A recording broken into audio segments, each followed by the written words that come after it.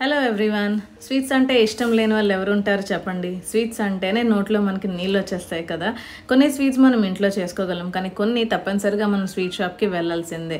Sweet షాప్కి వెళ్తే కాజా కొనుక్కోకుండా ఉండలేం కదా. కాజాని చూడగానే చాలా టెంప్టింగ్గా ఉంటుంది, కానీ అమ్మో చేసుకోవడానికి చాలా ఎక్కువ ప్రాసెస్, పెద్ద ప్రాసెస్ రా బాబు అనుకుంటాం. కానీ ఈరోజు నేను మీకు అది సింపుల్గా ఎలా చేయాలో చెప్తాను. ముందుగా మనం ఒక బౌల్ తీసుకోవాలండి.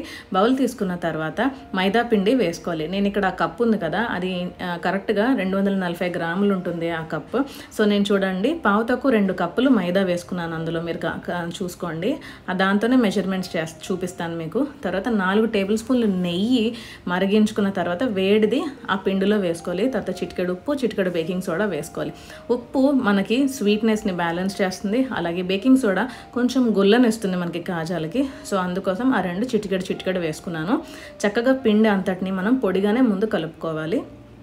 పొడిగా మొత్తం అంతా మనం నెయ్యితో కలుపుకున్న తర్వాత చపాతీ పిండి ఎలాగైతే కలుపుకుంటామో అలాగా నీళ్లు వేసుకొని చక్కగా మనం కలుపుకోవాలి. స్మూత్ డౌ అంటే స్మూత్ చపాతీ పిండిలాగా మనం చక్కగా కలుపుకోవాలి. ఇక్కడైతే మా హస్బెండ్ నాకు హెల్ప్ చేశారండి ఇదంతా చపాతీ పిండిలాగా మొత్తం అంతా మిక్స్ చేయడానికి. సో ఇలా చేసుకున్న తర్వాత వేరే గిన్నెలోని మనం పంచదార వేసుకోవాలి.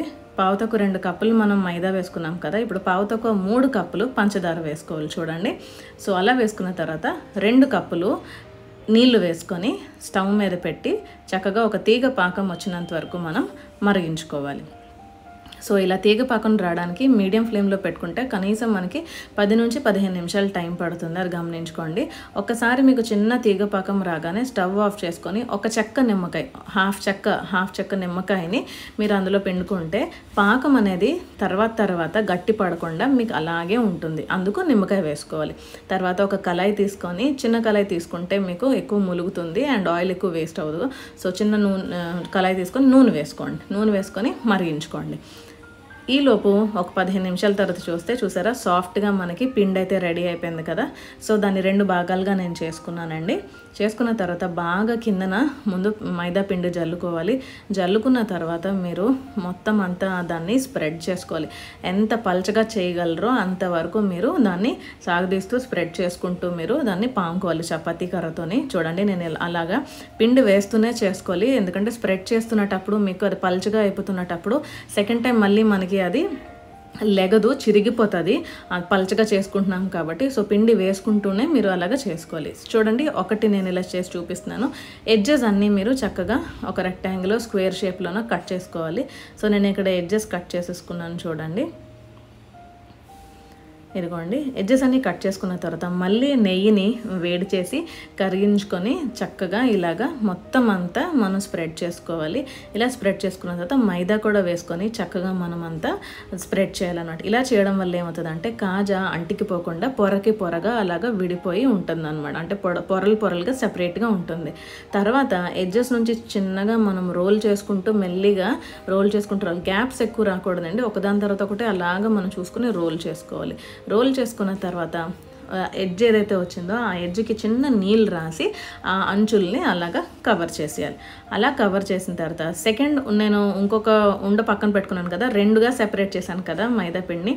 సో సెకండ్ మైదా పిండిని కూడా ఇలాగే స్ప్రెడ్ చేసుకున్న తర్వాత ఇదిగోండి ఫస్ట్ రోల్ ఏదైతే ఉందో దాన్ని మళ్ళీ ఇందులో పెట్టి చక్కగా నేను ఇలాగా రోల్ చేశాను. ఇలా చేయడం వల్ల మనకి స్వీట్ షాప్లో ఏదైతే కాజా సైజు వస్తుందో ఆ సైజు వస్తుంది. ఫస్ట్ రోలే అయితే చిట్టి కాజాల సైజులో వస్తాయి. సో అలా రావడం వల్ల మనకి లేయర్స్ తక్కువ వస్తాయి చిట్టి కాజాలు అయితే. సో అందుకు ఇలాగే నేను షాప్ సైజులో కాజాలలాగే నేను సైజులో చేసుకున్నాను చూడండి. సో చక్కగా మళ్ళీ పిండి చక్కగా రోల్ చేసుకున్న తర్వాత చిన్నగా ఒక హాఫ్ ఇంచ్ అదిగోండి ఆ సైజులో చక్కగా మనం కట్ చేసుకోవాలన్నమాట. గట్టిగా ప్రెస్ చేయకూడదండి. ఇక మనం ఇలాగ కట్ చేసుకునేటప్పుడు చాలా జాగ్రత్తగా కట్ చేసుకోవాలి. ఇదిగోండి చూడండి మీకు కనిపిస్తున్నాయా చక్కగా ఏ లేయర్కి ఆ లేయర్ చక్కగా వచ్చింది చూసారా.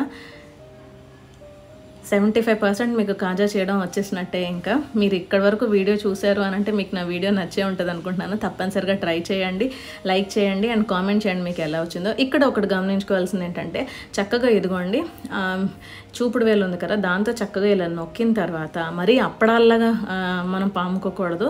జస్ట్ చిన్నగా ఎడ్జెస్ అడుగుని చూడండి, జస్ట్ ఇలా ట్యాప్ చేసి జస్ట్ ఇలా పాముకోవాలి అంతే. గట్టిగా పాముకుంటే మనకి కాజాలు అనేవి ఉబ్బవండి, అప్పడాల్లా అయిపోతాయి. అది గమనించుకోండి. ఇక్కడ మీరు గమనించుకోవాల్సింది ఏంటంటే నూనె నేను ఇందాకలే మరగబెట్టేసుకున్నాను కదా, మరగబెట్టుకొని బాగా మళ్ళీ స్టవ్ ఆఫ్ చేసేసుకున్నాను. ఆఫ్ చేసుకున్న తర్వాత నూనె చల్లగైన తర్వాత అప్పుడు కాజాలు వేసుకుంటే అవి పైకి తేలిన తర్వాత మీరు స్టవ్ మళ్ళీ ఆన్ చేసుకోవాలి. అవి వేడిగా ఉన్నటప్పుడే నూనె మీరు కాజాలు వేసారనుకోండి మాడిపోయే అవకాశం ఉంది. అలాగే పైన మీకు తొక్కలుగా మీకు బ్రౌన్ కలర్లో వచ్చేస్తుంది. సో అలా రాకుండా కాజా అంతా ఒకే యూనిఫామ్ కలర్లో రావాలి అని అంటే ముందు నూనె బాగా మరగబెట్టుకున్న తర్వాత స్టవ్ ఆఫ్ చేయండి. నూనె కొంచెం చల్లగైన తర్వాత కాజాలు వేయండి. కాజాలు పైకి నూనె అబ్జర్వ్ చేసుకొని తేలిన తర్వాత మీరు మళ్ళీ స్టవ్ ఆన్ చేసి హై ఫ్లేమ్లో లేకపోతే మీడియం ఫ్లేమ్లో ఒక పావు గంట వరకు మీరు అలా తిప్పుతూ ఉంటే ఈ గోల్డెన్ బ్రౌన్ కలర్ వస్తుంది. ఇలా గోల్డెన్ బ్రౌన్ కలర్ వచ్చిన తర్వాత అప్పుడు మీరు తీసి పాకంలో వేసి గరిటతో అప్పుడప్పుడు కొంచెం ములిగేలాగా మీరు గరిటతో లోపలికి అనచాలన్నమాట. అలా చేయడం ద్వారా కాజాలోకి చక్కగా పాకం అనేది పీల్చుకుంటుంది. ఒక 30 సెకండ్ల నుంచి 1 నిమిషం వరకు కాజాలు అలా పాకంలో ఉంచితే ఇదిగోండి నోరూరిపోయే కాజాలు యమ్మీగా వేడిగా రెడీ అయిపోయాయండి. చూసారా ఎంత సింపులో. కొంచెం నేను చెప్పిన టిప్స్ ట్రిక్స్ మీరు ఫాలో అయినట్టయితే ఈజీగా మీరు ఇంట్లో కాజాలు చేసుకోవచ్చు. నేను చేసిన పిండితో నాకు 23 నుంచి 24 కాజాలు వచ్చాయండి. కరకరలాడే వేడి పాకం కాజాలు రెడీ అయిపోయి. మీరు ట్రై చేయండి, ఎలా వచ్చిందో నాకు తెలియచేయండి. సబ్స్క్రైబ్ చేయడం మర్చిపోవద్దు. Thank you.